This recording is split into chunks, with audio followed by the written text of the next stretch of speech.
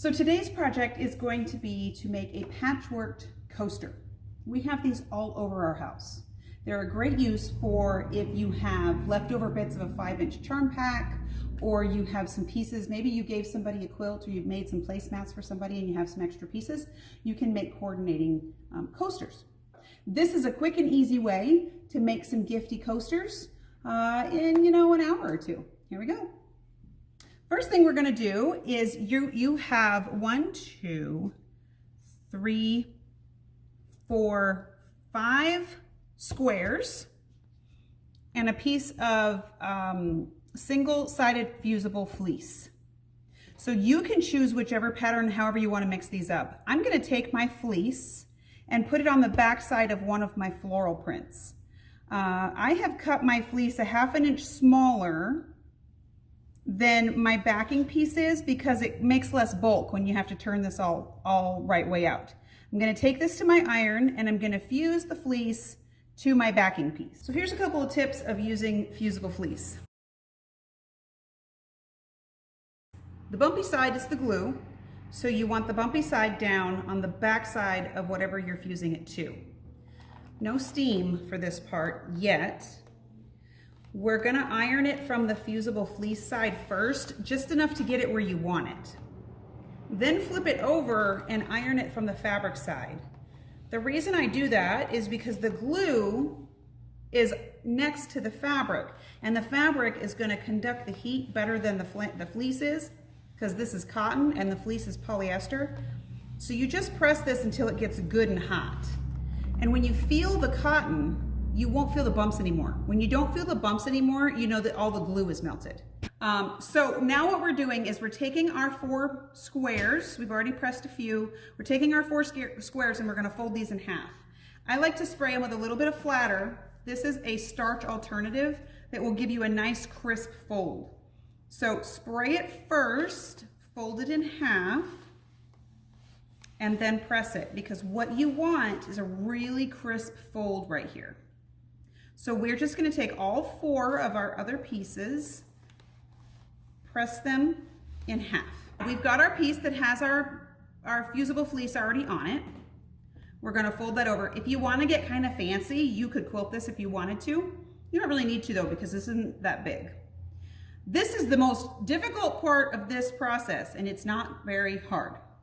We're going to take right sides together, put our backing piece right sides up, and this is like folding a box. You know how when you fold a box, all the 4 pieces on the top and you have to cross the one over?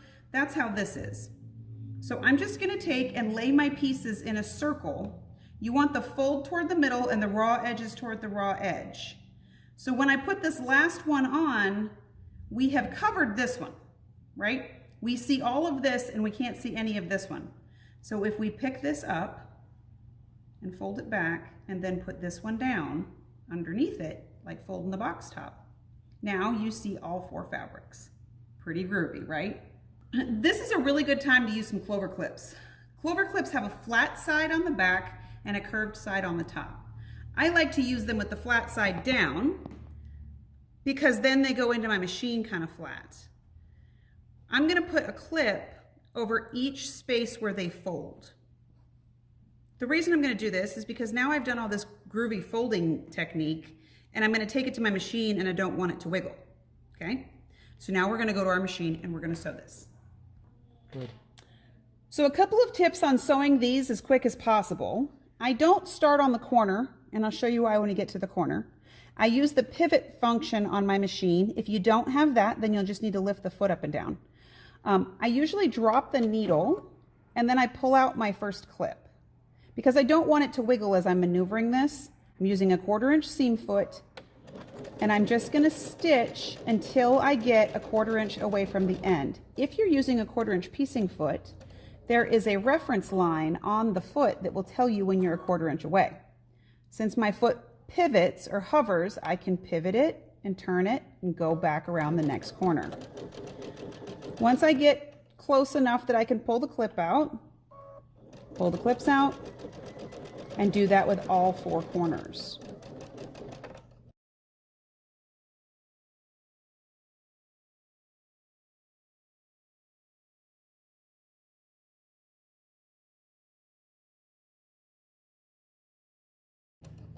Now the reason I didn't want to start right on the corner is I can gauge my 1/4 inch seam from the end if I use my foot instead of my eyeballs.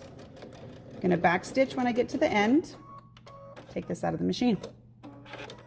Okay, now since we made our fleece just a little bit smaller than our fabric backing, I don't have all this extra bulk out here in the seam allowance. Okay, now we're going to talk about some tips on turning this.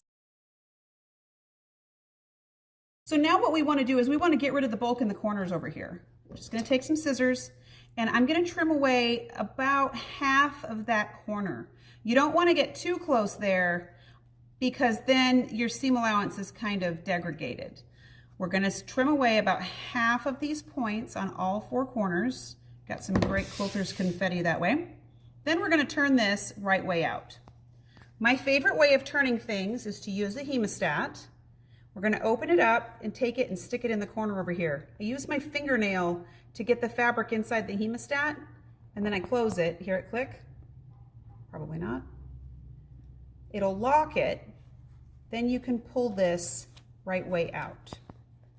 So I usually just do the alternating corners because once I get these 2 corners turned, the other 2 just kind of go on their own. But I'm now turning this all the way around.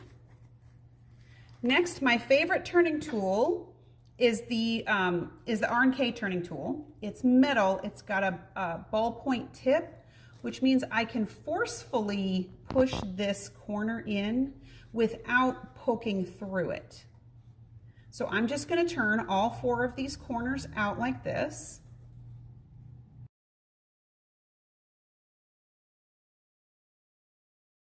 As one final little step, I'm going to take this to the iron and we're just going to press this nice and flat. This is a good time to use steam if you choose to because the steam will make all of the edges roll out. One of the things that you can do optionally if you choose to is you can then top stitch this if you want. I usually don't. But like I said, we have these all over our house. You can do embroidery on the back here if you want to make customized gifts. You can do so much with these and they take no time at all. Now here's the really fun part. If you have a stemmed wine glass, you can slide the wine glass inside there. Carry your wine glass around so it becomes like a, if you made these all different colors, it would be like a wine glass marker. Different people would have different colors. Makes a great party favor.